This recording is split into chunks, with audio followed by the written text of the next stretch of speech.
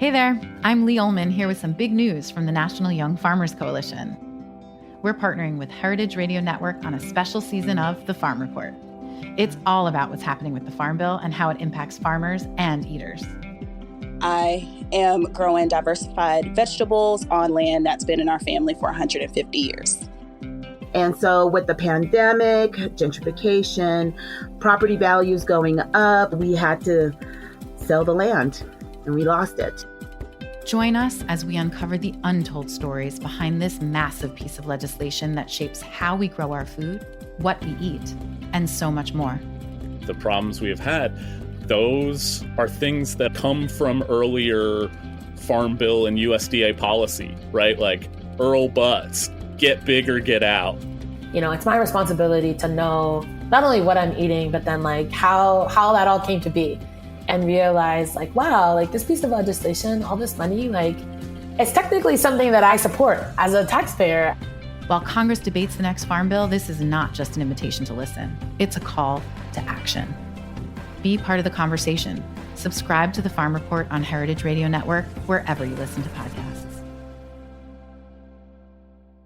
This episode is brought to you by Heritage Foods, an online and wholesale distributor of heritage breed meat and poultry. Learn more at heritagefoods.com. I'm HRN's Communications Director, Kat Johnson, with a preview of this week's episode of Meat in 3. I think we should realize that we more or less have a broken food system. When 800 million of us go to bed hungry, 600 million are obese, we waste 30% of our food, then something is fundamentally wrong. We'll introduce you to one food waste solution happening in Asia. They introduced this system where residents were issued an electronic ID card that would open an automated bin and enable them to weigh the food waste being dropped off. And then they would be charged, in a certain amount of money for the weight of that food. And we'll take a look at some of the real struggles happening closer to home. How is it possible that a meal that was perfectly fine to consume at 10:59 p.m. then becomes waste at 11 p.m. So tune in to this week's Meat in 3 on Heritage Radio Network, available wherever you listen to podcasts. Hello, and welcome to Snacky Tunes. I'm one half your host, Greg Bresnitz. On today's episode, we have Dan Pashman, the James Beard-winning host of the Sporkful podcast. He takes us through the evolution of his show and how he created something that speaks to his voice completely on his own terms. Next up, live in studio with Bernadette, who talk about the beauty of starting a band because you just want to, and how they took themselves on the road in support of their new EP, Shadow Paint. So sit back, relax, and here's another episode of Snacky Tunes on heritageradionetwork.org. We talk about food, we talk about music, with musical dudes, finger on the pulse, Snacky Tunes. Noble the woven, 6 strands of your hair, lies at your bracelet, round my wrist and sound, louder the pavement, caressing the cracks, lies of remembrance, love our fading past, waiting to find, solace that spoon-fed, the intrinsic shine of love's laid lost too long.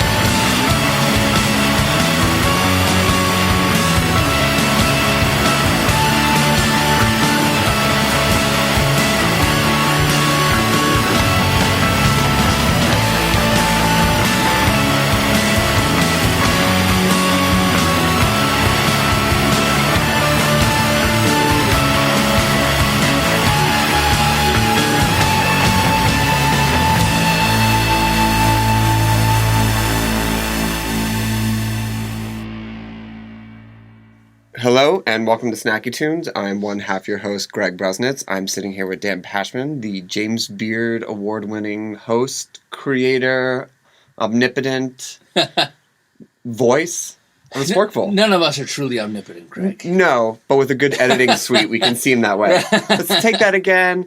Okay, I've got everything down. Yeah. I know everything. Edit out all the bad stuff. Yeah, exactly. There you go. Thanks for sitting down with us. Yeah, my pleasure. Thanks for having me. We're in your new offices. Yeah, these are the new Stitcher mid-roll Earwolf offices. They're pretty snazzy. They are. I mean, I don't know what level of meta it is to go bring your own podcast setup to a podcast network, but it's either new or will be defined at some point. I've done it. I recorded with someone at like WGN in Chicago once, and we were like sitting in a radio studio, but using my recorder. Yeah. So yeah, I've been there. Yeah, I mean, there's half the stuff in here. I'm like, yeah, I think I could maybe figure that out. Right. Yeah, no, some of these are above my pay grade too.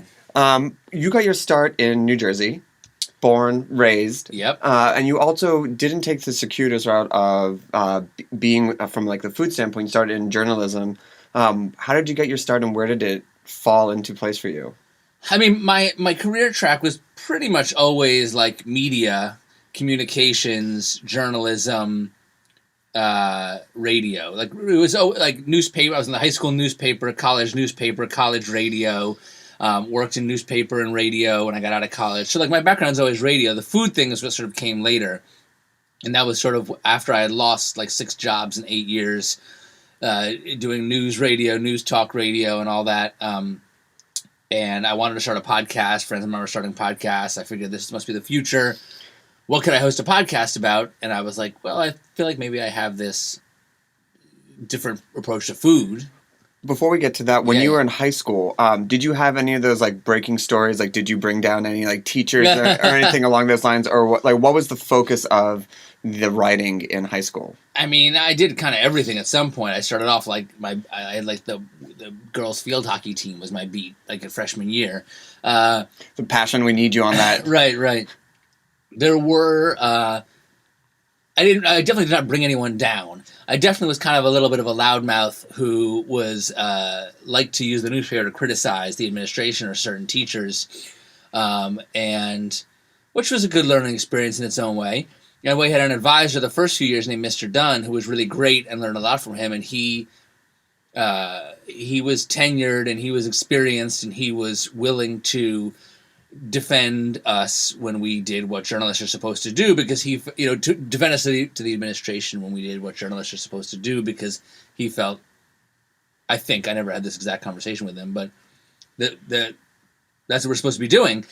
But the administration got tired of him running the paper, and they eventually made life unpleasant enough for him that he stepped down from running the paper, and they put in too much younger, inexperienced teachers who didn't have tenure, so the administration could kind of bully them.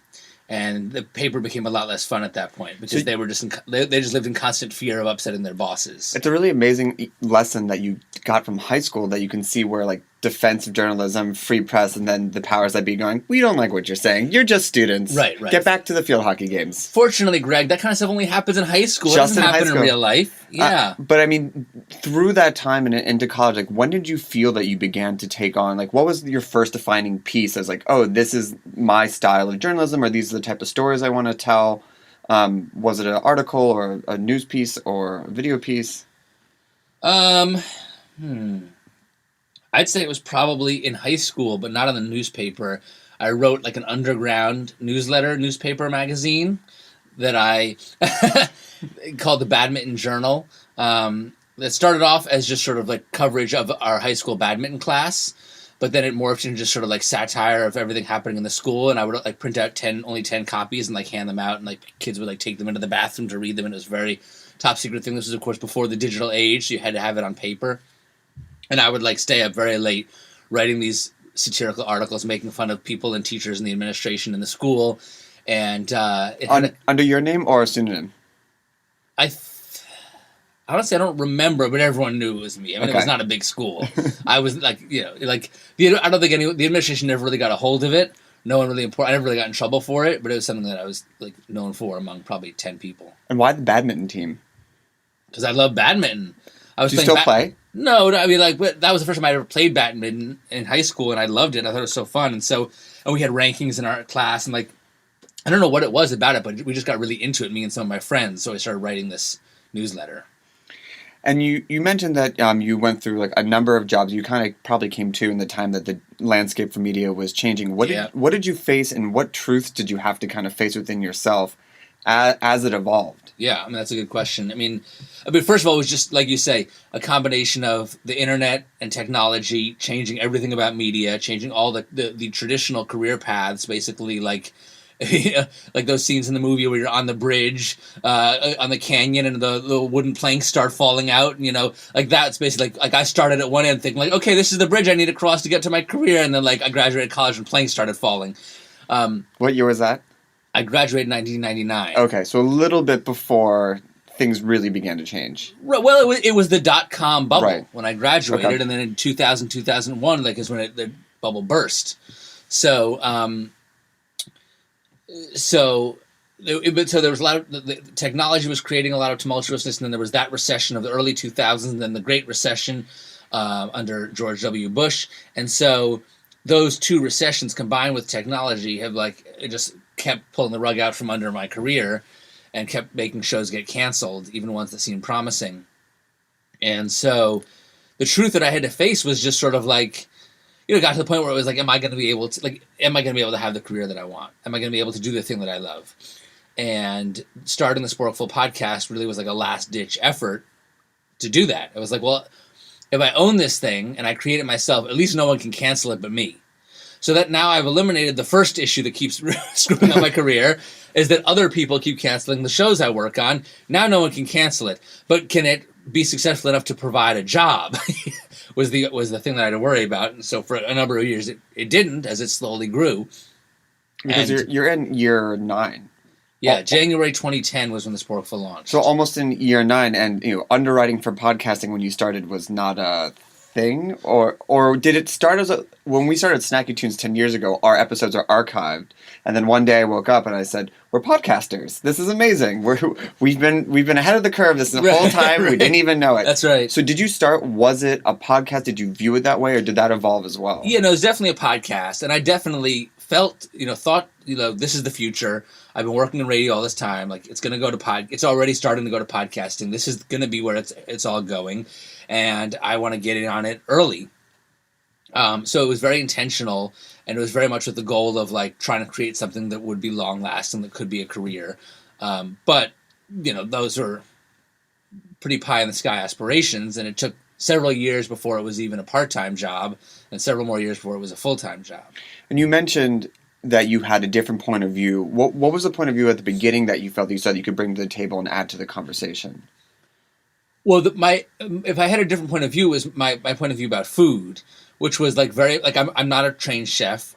Now I'm more knowledgeable now than I was, because I've been working on the show for so long and I've learned a lot. But not only was I not a trained chef, I waited tables in my 20s, but I hadn't worked much in restaurants. I was a decent home cook, but I knew very little about food. And the whole it's not for foodies, it's for eaters, which is our slogan. I'm still very much an eater, but I was especially then I felt that the approach was specifically focused on eating, the eating experience. It's not. I said we're not going to do cooking, we're not going to do recipes, we're not going to do restaurants, and I don't want to talk to chefs.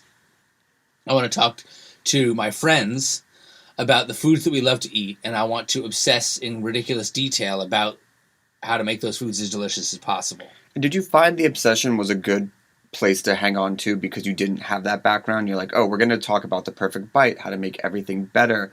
It was a very good way just to kind of stick to a point of view that didn't evolve into the normal foodie, these are the vegetables we got at the market, this is how you saute something. It was if I've thought about how to make a sandwich better than anybody else, people are going to want to hear this. Yeah, I mean, it wasn't. It was some combination of yes, this feels different, so maybe people will want to listen to it, but also it's true. It feels true to me, and so I'm an opinionated person. I do tend to obsess about little details and form opinions about the best way to do very insignificant, totally meaningless things in the grand scheme of life. And I especially love to eat, so a disproportionate number of my opinions about meaningless details are food related.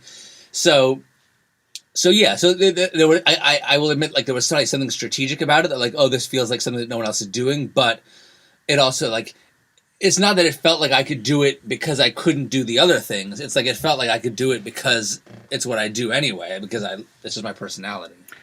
For the cooking channel show you do, You're Eating It Wrong, and for your book, Eat More Better, there's so many different ways to attack everyday objects and how to just make it 10%, 20%. I love the cereal one. I definitely changed my habits for eating cereal. You can go watch it. Was there any topic you got on that felt was maybe a bridge too far, that you were the only one who was obsessing about how to eat it better? Did you always find a co-conspirator in that category? I mean, I could probably always find at least one person because I probably wouldn't have done the show like talking to myself. But like very, very early days, like probably year 3, I did an episode about pen chewing. It was not even eating. Like it was the only episode we really did that did not involve digestion, and it was just about like what are the best pens to chew on, the cap versus the end of the pen, and like what happens when the pen starts to fall apart, and like Papermate 2 versus the Bic clear plastic one. And my friend Wynn Rosenfeld and I talked about pen chewing because we're both passionate pen chewers, and people were disgusted. Like they did not like that episode at all. You're like, so obviously in season 10, year 10, we're bringing back Return of the Pen Chewing. I'm very tempted. Like when we hit our 10th anniversary, I've thought about like, should we do something special? If so, what should it be? And like, yeah, I should probably at least play a clip from that episode. Pens have changed. Technology is new. Yeah, I do need an update on that episode. Yeah, I think there's 4 people that demand it, and you and your friend are 2 of them. Yeah, are you one of the other 2? No, I'm not. I mean, look, this pen is like, I can't chew this. Yeah, that's not very chewable. It's not very chewable. But if I listened to the episode, I could get some tips. Right. Speaking about heading into season 10, I mean, the show has really evolved over time. And, you talk about the first few 100 episodes were these focus, and now it's evolved into a different approach, which I want to get to. But first, like, what triggered the evolution for you internally? I think a lot of people who are doing podcasts or doing something that they have complete control over, outside of audience opinion, you're guiding you. It's really, like you said, you own it. It's yours. What pushed you to evolve, and what signals or thoughts in your head you said, like, we've done this, now we're going to go here, and what did you put into place on how to begin to go towards a new point of view? Yeah, I mean, the thought process was it was a combination of things. Like I was getting burnt out on doing the same kind of show over and over again. Like I'm the kind of person who gets bored doing the same thing. So, the show will always evolve kind of naturally, even without it necessarily being a conscious process. In this case, it was fairly conscious in that I felt like I wanted the show to get more personal. I wanted it to resonate with people more deeply, partly because I just felt like that would make a better show. And also because I felt like, as more and more podcasts are launching, I'm seeing what other people are doing, what's being successful, and, and there's more and more competition. It felt like if people are going to keep coming back to the Sporkful week in and week out over years, like it has to be something more. I have to offer people something more than just like this silly, sort of absurd take on food, which is still there. Like I still do that sometimes, and I still enjoy it, but it's not what the show's about. And so I felt like I felt like we needed to give people more. We need to connect with people more deeply, and I felt like I wanted to that's something that I wanted to do. We're going to take a quick musical break. We're going to play a song from our archives, and we'll be back with Dan Pashman here on Snacky Tunes.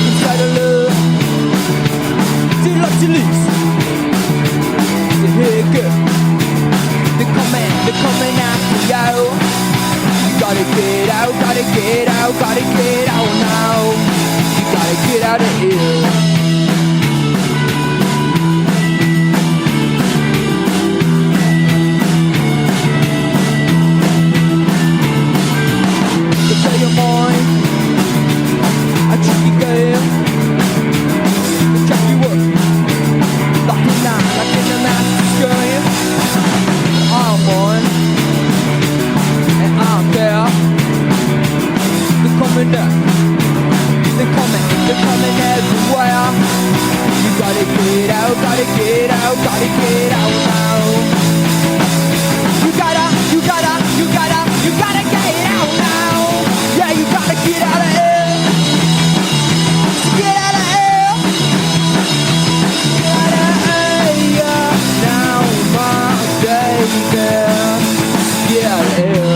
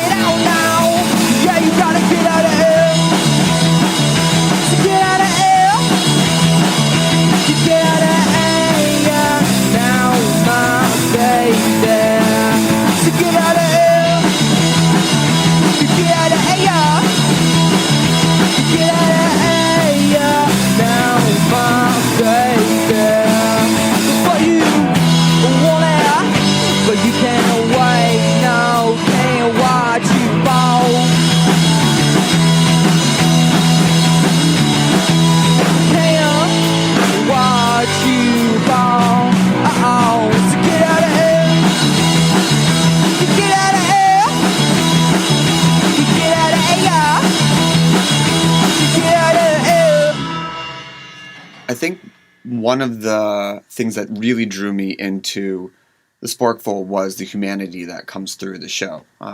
One of the episodes that really stuck in my mind was just kind of racism when you went down and explored different cafes and restaurants in DC.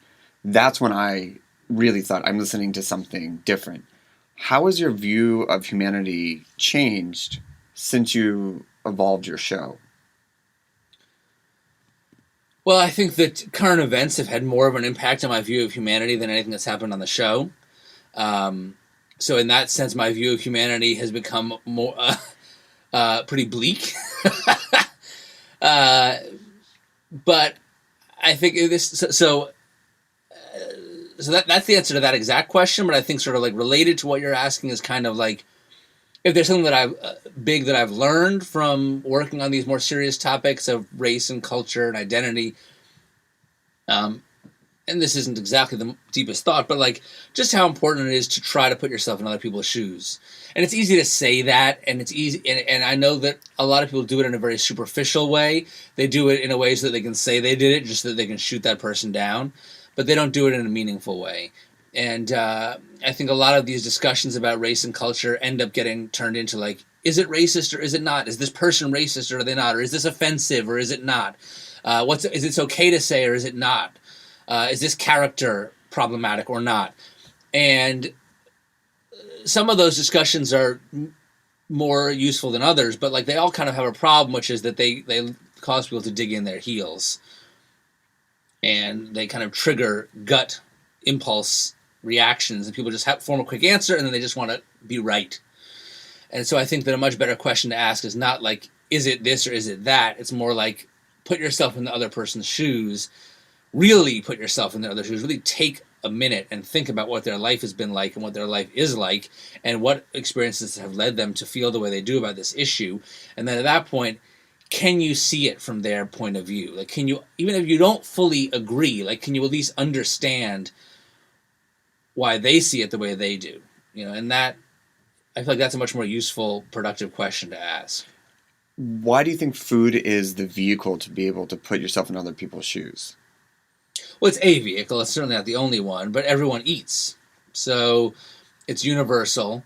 It's simple. It's accessible. It's so closely tied to identity, you know. But really, it's just a tool. You know, when people start saying like food brings everyone together, it's like it can bring people together. It can divide people. Like food can be very divisive too, as we talked about in some of those food and race shows. So food is not inherently good or bad. It's a tool, but it's an especially useful one. The sandwich in Aleppo episode, which I think is probably one of people's favorites, was really eye-opening way for people to hear about a country and a place that had just been so ravaged and so negatively portrayed. What type of response did you get to that? And like, what did people ask for more of from that story and the reaction that people get that surprised you or delighted you in doing something like that? Right. I mean, we got a great response. We had worked on that show for like 2 years on and off. And so it was very gratifying to get a good response. It was the first really big long form story that we did. You know, the first kind of iteration of the show getting sort of more serious was, and it's still plenty fun and silly. We do a lot of stuff with comics and things, but we had gotten more serious. And the first iteration was kind of like getting more into race and culture and identity. The next iteration has kind of been getting more into storytelling. I feel like a lot of the race and culture stuff, we've kind of internalized it in the show so that it comes up all the time in a natural and organic way. Instead of saying like, we're going to do a series about this, it's just sort of like, we're going to talk to this person, and in the course of the 25 or 30 minute conversation, we may spend 5 or 10 minutes talking about race and identity, but we may also just talk about cheeseburgers. And I like that. I'm happy with that because it feels more natural and doesn't feel forced. The storytelling stuff, is just kind of another new way to present the show. And we sort of stumbled into an ongoing series with, we did Searching for Rosa Parks Pancakes, which was an episode about this recipe the Library of Congress found, a pancake recipe they found in Rosa Parks' personal documents. And we did this whole story trying to sort of, what can you learn about Rosa Parks by looking at this recipe? And then we called the Syrian sandwich one Searching for the Aleppo Sandwich. And then we did this one about this Cambodian-owned donut shops of Los Angeles, which we decided to call Searching for the Donut King. And we're like, oh, look, we made a series. Each of those episodes was months apart. But so I'm hoping we'll do another one. But I think that what I liked about that show and why it resonated, and you kind of touched on it, but it's like you say Syria, people's eyes glaze over. They know something horrible is happening there. It has happened and continues to happen there. Even if they're pretty well informed and can tell you who's on which side and a little bit about how the conflict came to be, it still feels overwhelming and depressing and almost unreal. It's like I always forget if it's Stalin or Lenin, one death is a tragedy, a million deaths is a statistic. That principle guided that show, because it's like, if you do a show about how the city of Aleppo has been reduced to rubble, like, what does that even mean? It's just too much for people to process. If you do a show about a sandwich shop, well, everyone has a favorite sandwich shop, so suddenly it feels real and tangible. And you could think about, like, well, what if my favorite sandwich shop was something we had to search for that wasn't a given? Right. If Greenpoint all of a sudden was under rubble, how would I get back to Peter Pan Donut? Right, exactly. How do you find your story, especially because you don't go down the chef restaurant new opening up? How do you continue to find original stories, or what checks the boxes now that doesn't just play into the media cycle or something that is currently happening that will extend past just a shelf life? Right. I mean, I don't know that there's a formula. Part of it is just like something seems interesting, or this person seems interesting and different. I try not to be too beholden to the news cycle or the seasons of the holidays. Like, some years we'll do a show about a certain holidays, other years we won't. Some years we do a St. Patrick's Day show. Last year I declared we're not doing Thanksgiving shows anymore because it's like such a drag, and like food media is so obligated to have something new every year on Thanksgiving. And it's like, who wants anything new? Like, there's nothing more to say about Thanksgiving. Maybe we'll come back to it, but like this year we're not doing it. So, I think you just got to follow your own curiosity. Like, good ideas are everywhere all the time. There's never any shortage of ideas. You just have to train yourself over time to be attuned to them, to recognize them when they fall in front of your face. To be curious, to ask questions. That show about the Cambodian-owned donut shops of Southern California only started because I was in LA and I was driving around for some other stuff and just happened to notice how many mom and pop donut shops there were there, and that there are no chain donut shops there. And I was like, and I love a mom and pop old school like glazed donut. And I put something on Twitter like, what's the deal? Like, has anyone else ever noticed this? And it turns out everyone in Southern California noticed it and knew all about it. And there's this whole history of Cambodian refugees and immigrants owning these stores, and it all traces back to one guy. And so that was, but like, it just took me noticing that all these donut shops, mom and pop donut shops, were there, that it was different from anything else I'd seen in other big cities, and asking some people about it, and that became this huge story that we did. As you find these stories, now that you're part of a larger network, do you still have the freedom to do whatever you want, or are there things that you have to consider because you're part of a larger network? Or it's like, Dan thinks of this, it's a story next week, it's running in 2 months. Yeah, pretty much. I mean, no, Stitcher / Midroll has been amazing. We have total creative freedom. They've never had anything but support for all the shows that we've done, and yeah, that's awesome. So I'm very lucky in that respect, because a lot of creative people don't get that kind of control over their work. One of the things you talk about is humor in your show and talking to comics. You had Michael Ian Black, who my brother and I grew up watching The State. I mean, just he's a hero to us. All of them are a hero to us. But you also use it to talk about larger issues like body image, which kind of rolls throughout various episodes. How do you balance the humor by taking on these serious issues, and are they discussed previously with the guests as a focus, or does it just kind of come up naturally as something that you said before was woven into the thought of the show? It depends on the guest. Mm-hmm. If it's a celebrity or a comic or something, like, usually we're not telling them that much in advance, but like, Michael Ian Black had written an article about masculinity for the New York Times. He has talked about his own issues with body image in the past.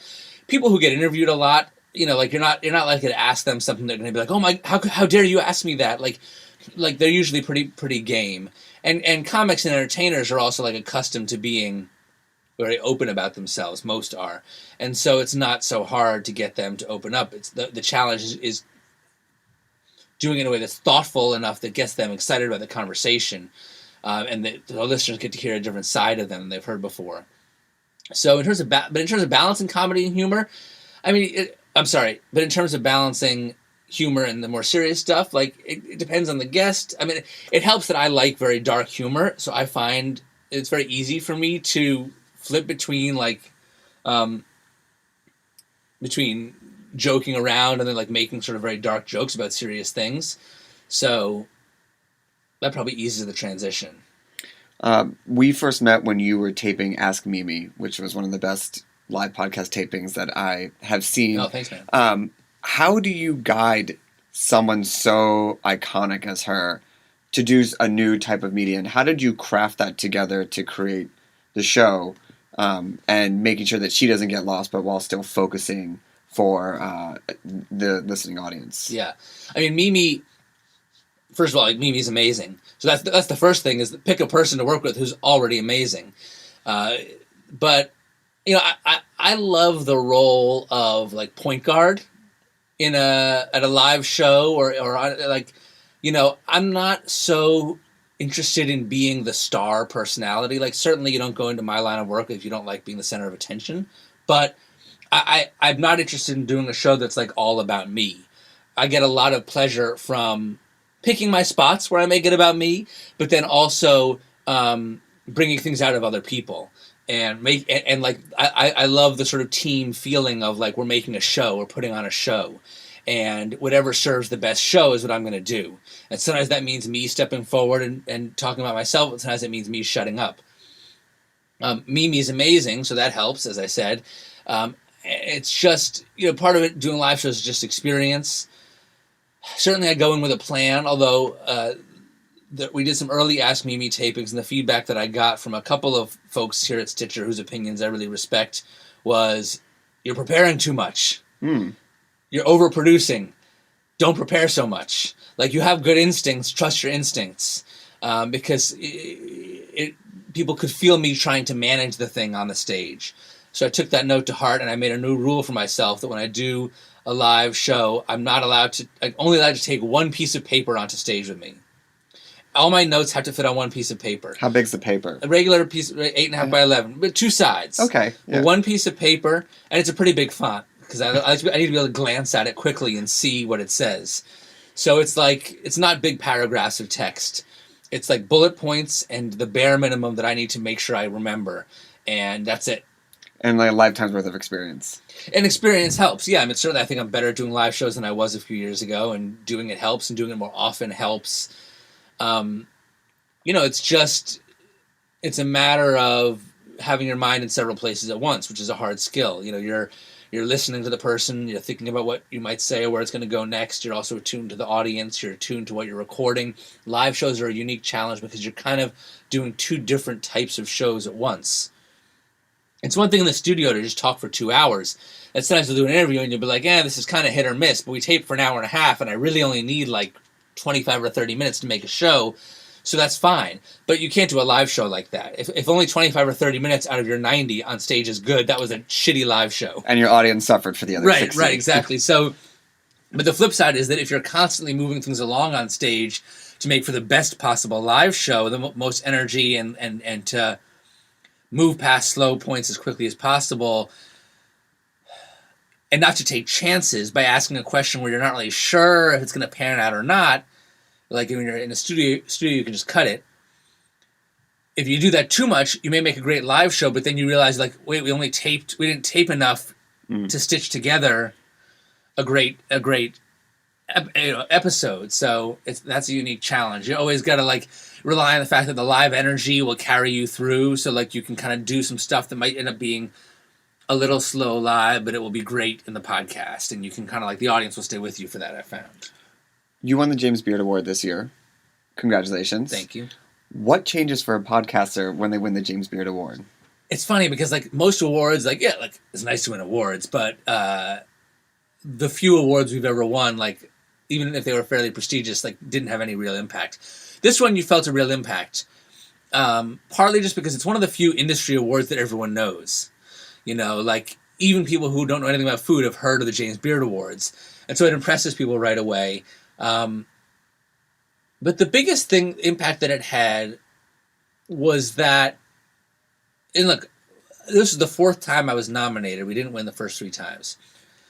And every other time I went to the James Beard Awards and didn't win, it was like, I didn't know many people there and nobody knew me. And like, I was like mostly in the corner with a couple of friends. This was the first time that I was ever at an award, at James Beard Awards, where it felt like people there were actually listening to my show.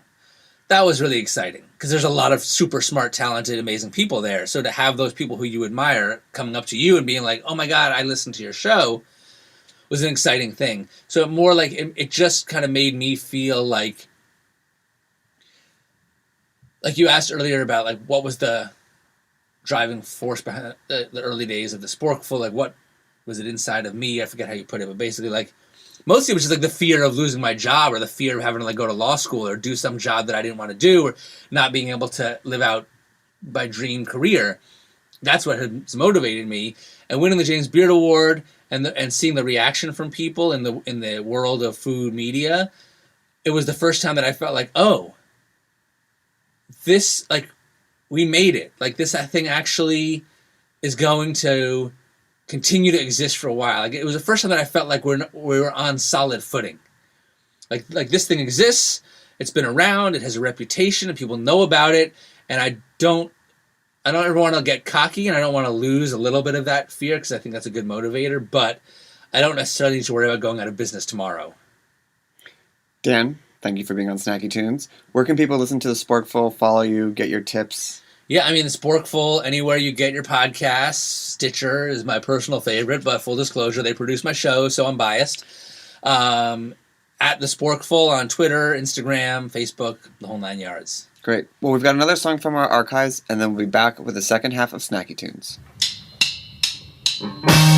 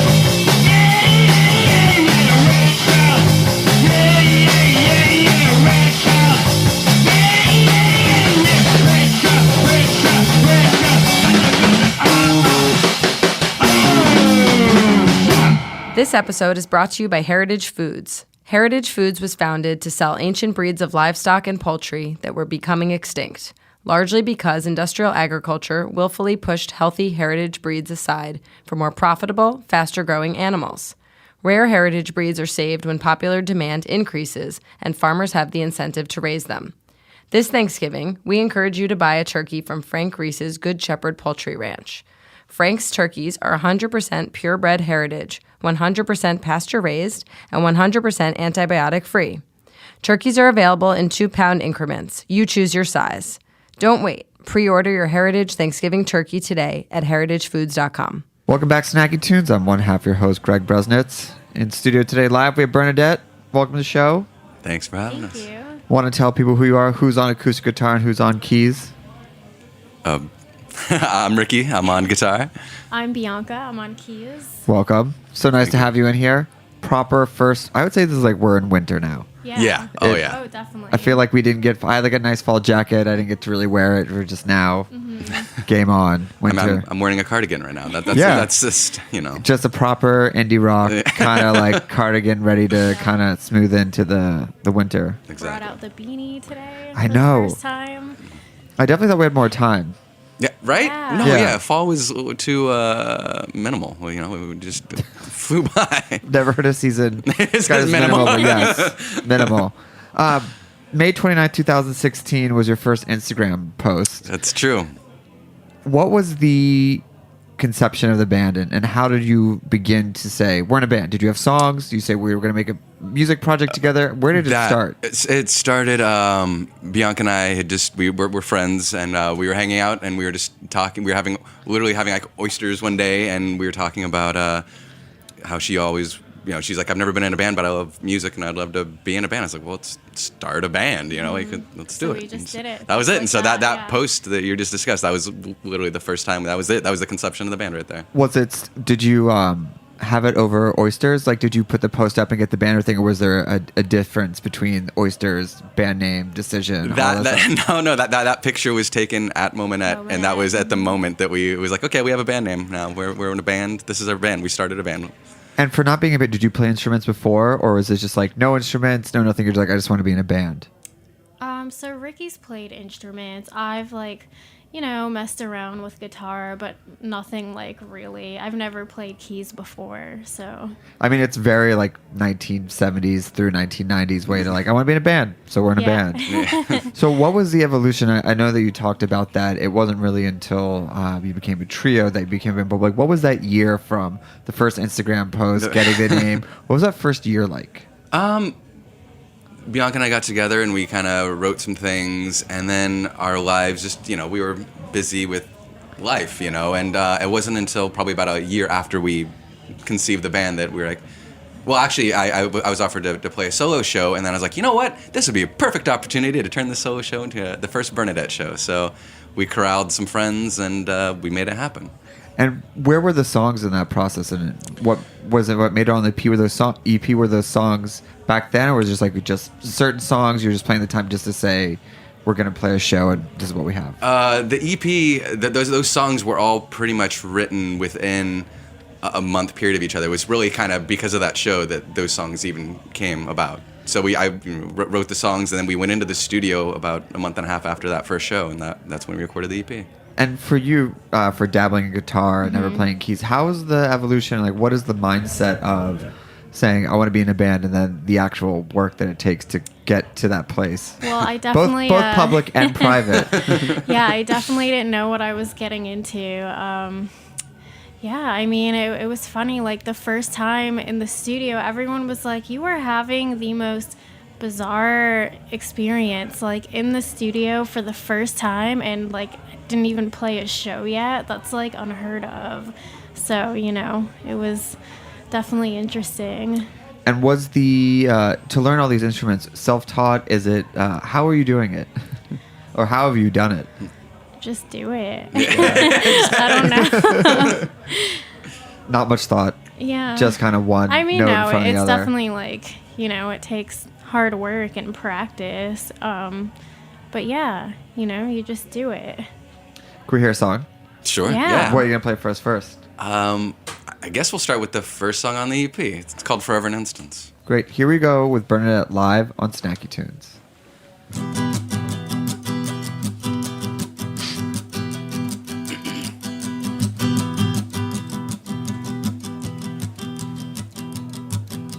In the comfort of masochistic empathy, I lay myself at your horror. There's no further I could burn without a break. I'll bleed my innocence in your honor.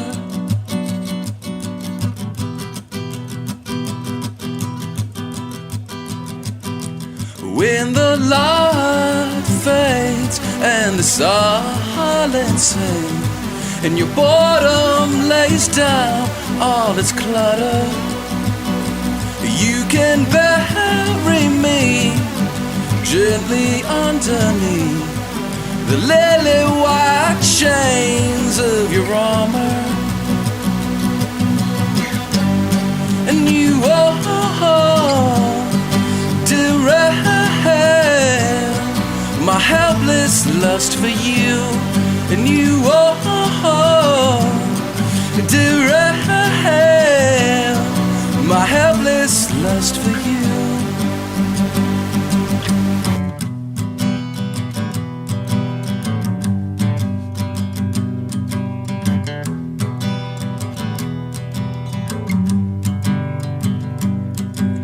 Owning decadence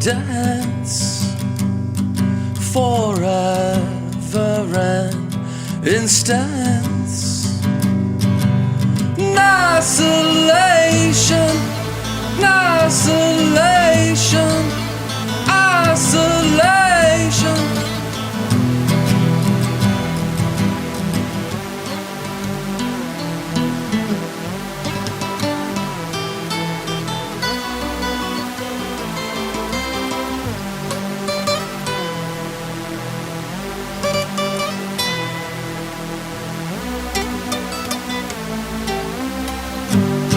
And you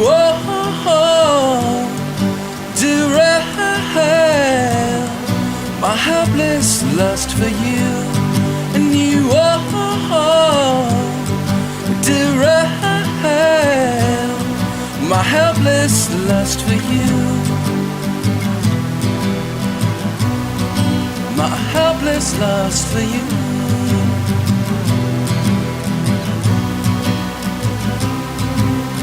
Rodent feeling the catastrophe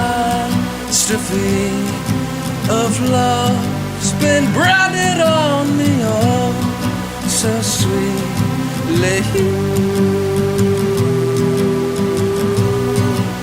It's always been for you.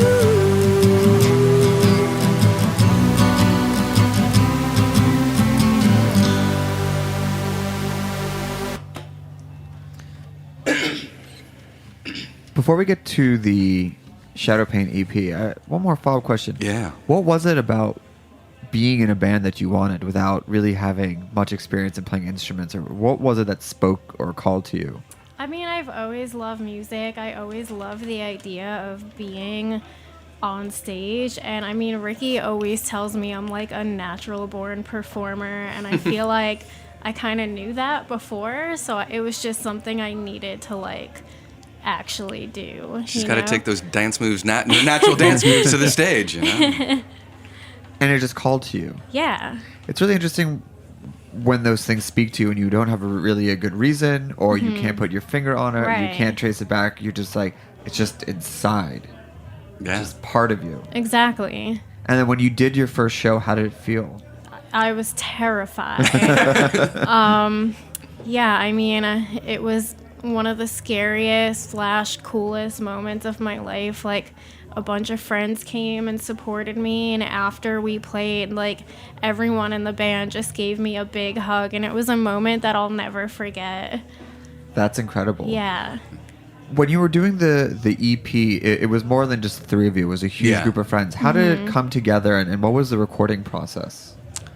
Well, so yeah, when we had that initial show, we kind of talked to a couple friends about playing with us, and so when we went to the studio, I was like, well, you guys already know the songs. Do you guys just want to come into the studio with us? And everyone was like, yeah, let's do this. So we recorded in Greenpoint at my buddy Jeff, his Studio G, and I mean, yeah, it was really just like 5 friends just hanging out and playing music. I mean, it's as simple as that, you know. And was it something that was constructed and every take was the same, or was it just versions of the song and then you pick the one that you love the most? What was the paring down process? There is definitely a solidified, you know, kind of vision on what the songs were. I think Molly out of everyone is the more kind of no 2 take is the same kind of thing for her. So I mean, there's the rough sketch, but she definitely improvises a lot and still does live, you know, so. And what did the members contribute in that moment of time that are no longer part of the band? Part of the live experience? Part of the live I mean, there's I think the most noticeable thing is there's no second guitarist, you know, live. Bianca's actually adopted some of the parts though on keys, so there's that. And there's also no bass live. We have 2. Well, we have a key bass that we play for some songs, but yeah. So that's kind of yeah. And the decision process to take it back down to a trio, was it a tough conversation? Did you have to say, thanks for coming to the studio, you're out of the band, hit the road? Or how did it get from a larger group ensemble down to the 3 of you? There was, I mean, you know, everyone, it was a combination of like obligations and just kind of other things, you know, like our buddy Gordy played bass with us and he's in another band and they're pretty active, and so it was just, you know, it was just kind of naturally. He was like, all right, well, thanks for helping with this thing, you know, and we're all still good buddies, so it's, you know. For the shows that are at home in Brooklyn, will they ever come and join you on stage, or is it just permanent trio status? I think right now, I mean, we've talked about it actually, because it would be fun. Actually, Gordy and I were talking about this a little bit ago. Like, it would be fun. He's like, I'd love to, exactly what you just said, just jump on stage and play a few songs with you. And so, I mean, that's definitely a possibility. Can we hear another song? Sure, yeah. What are you going to play for us? We're going to play the first single from the thing. Yeah, it's called 6 Strands.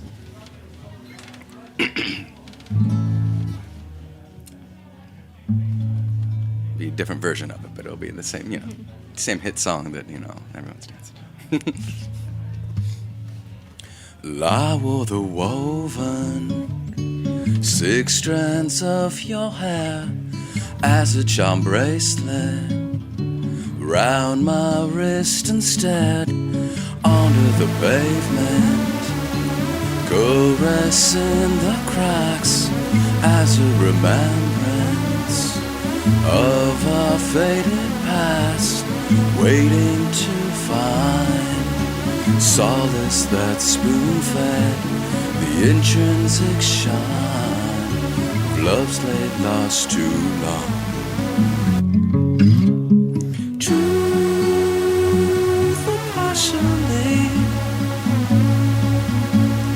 the truth that was for me, all an illusion, though I still cling to all you said.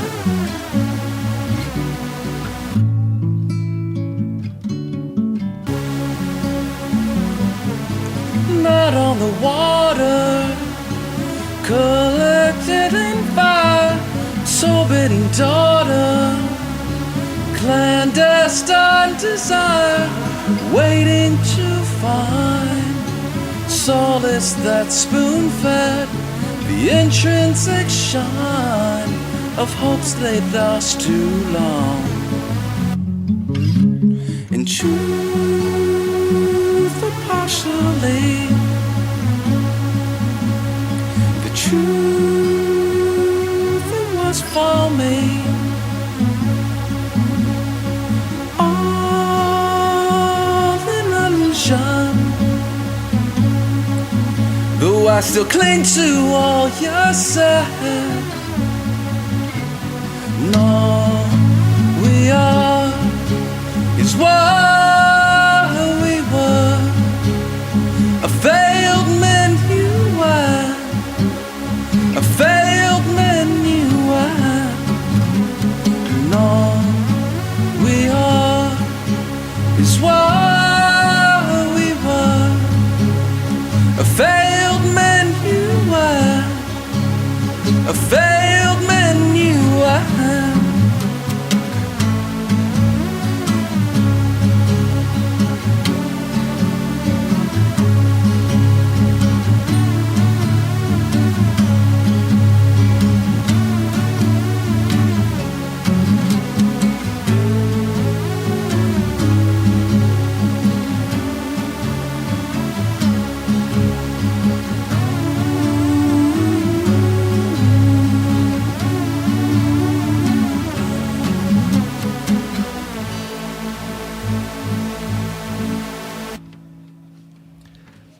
You just got back from your first tour in August.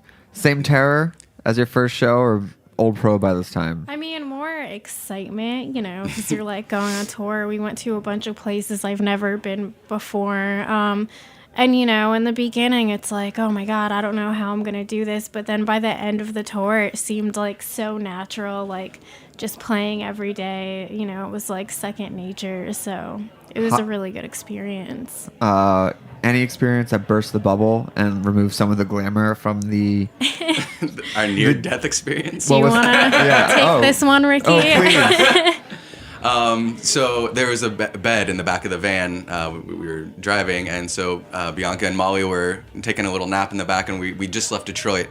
And we're heading down the highway, you know, doing 75, 80 or whatever. And all of a sudden, the hood of the van just pops up and slams up against the windshield. So it's completely black. Cracks the windshield. We're going. Mirror falls all the way into the back. Yeah, it's wait. What? Who falls all the way? The rear view mirror. Yeah, the rear view mirror. Yeah. So it's, and you know, I'm in the middle lane on the highway, so I had to navigate, you know, get off the road while, you know, not really having too much vision, which was, it's pretty terrifying. But so you just pull over, have 2 shots of whiskey, pace around the van for 45 minutes, and then get back on the road. Essentially, roughly, yeah. Yeah. Or a good cry. Or 10. That's amazing. Yeah. And then what were the cities that you hit? So we started in Detroit, went down to Athens, Georgia, Savannah, where else? Nashville. We did a lot of the Carolinas. Yeah. Oh, Raleigh. Mm-hmm. Yeah. Favorite venue and favorite food while on the road? Ooh. Favorite venue was definitely in Charleston. See, Tin Roof. I did like Tin Roof a lot, but I also dug in Athens, that place. That place was cool. Yeah. And the sound, that was my favorite sound, actually. And best food, best bite on the road? Oh, that's tough. Ooh, cookout. Okay. you oh my gosh. Have you ever been a cookout? So it's like this fast food spot, and I think they're mainly in the Carolinas. I think there's some in Virginia too, but it was the best. It was so good. What type of barbecue or fast food? Yeah. I got like this pulled pork sandwich, and they have a quesadilla as a side. Oh, amazing! Yeah. Just in case you're not going to get full from the pulled pork, we'll get you some cheese to come up the works. Exactly. So EP out September. Yeah. First tour done. Fall or winter is officially here. Yeah. We're out of the minimal season. That's out of the minimal. What does the coming months look like for Bernadette? So we're playing a show next, or we're in the works of, we're gonna play a show next month, and then we're gonna kind of take it easy for the rest of the year. But we're trying to organize. We want to do a music video for one of the songs on the EP. Amazing. One of the songs is called "I Know I." I think we're just gonna. We've been writing. We have a bunch of new songs. I think we're pretty much just focusing on just more project-based stuff before, and then start doing live shows again. I mean, winter is upon us, and for anyone that is a New Yorker in the winter, this is the time that you're creative. Right. Because you just bunker down and it's time to hibernate. you're just hibernating, and you know that as soon as it turns nice, you're not getting anything new done or any work done. So this is like 4 or 5 months of pure creativity and just hard work just to coast on the rest of the warm months. It's true. Well, we want to make sure we have time for one more song. Sure. But where can people find you, hear the EP, follow you on Instagram? Look at that very famous Instagram first post. That's right. Look, exactly, the fabled first post. Yeah, you can find us on Instagram. Bernadette, well, the handle is Bernadette_is_a_band. So Bernadette as a band. You can find us on all the Spotify, iTunes, Bandcamp, everything. Just search for Bernadette, and Shadow Paint is the name of the EP. And yeah, that's great. That's it. Well, also thank you to Dan of the Sporkful for speaking with us early in the episode, and thank you, Bernadette, for coming. Thanks for having us. Yeah, we will be back next week with an all-new episode of Snacky Tunes. What are you gonna take us out with? We're gonna take you out with actually a brand new song. So this is a debut. This is a Snacky Tune exclusive. We love these. It's true. Oh, they're our favorites. What's it called? Morocco. Well, thanks for listening. We'll be back next week here on Snacky Tunes.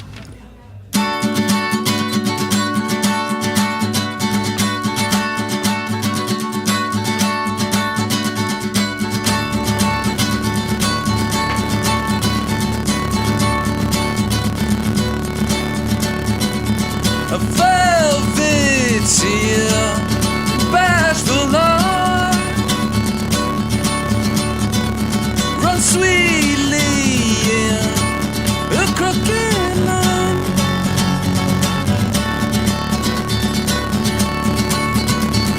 From your mouth falls truth line.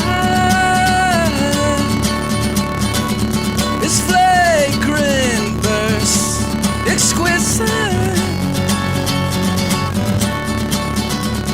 Smoke and our shadows comprise a portrait of yourself.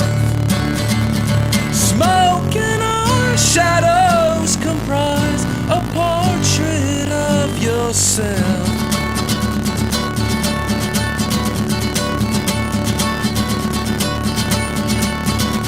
The sentiments win awry, with your senses flogged and expired. When someone looks out, the other one gets it. Someone looks out, the other one gets it. Ooh, ooh, ooh. When someone looks out, the other one gets it. Someone looks out, the other one gets it. Ooh, ooh, ooh.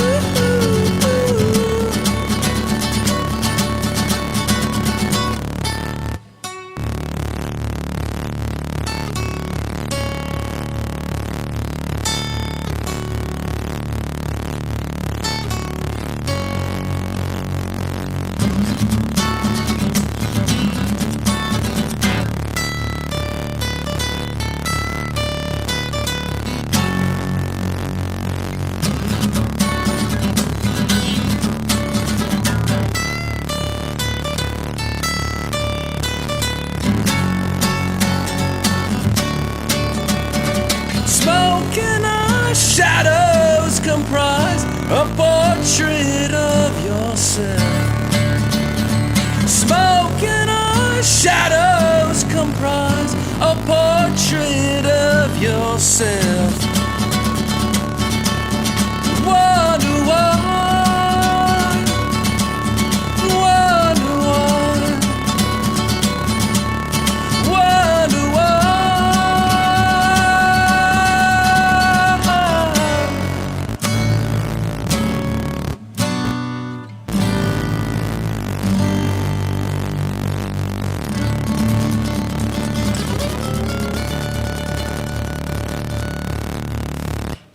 We talk about food, we talk about music, with musical dudes. Finger on the pulse, snacky tunes. Thanks for listening to Heritage Radio Network, food radio supported by you. For our freshest content and to hear about exclusive events, subscribe to our newsletter. Enter your email at the bottom of our website, heritageradionetwork.org. Connect with us on Facebook, Instagram, and Twitter at heritage_radio. Heritage Radio Network is a nonprofit organization driving conversations to make the world a better, fairer, more delicious place. And we couldn't do it without support from listeners like you. Want to be a part of the food world's most innovative community? Rate the shows you like, tell your friends, and please join our community by becoming a member. Just click on the beating heart at the top right of our homepage. Thanks for listening.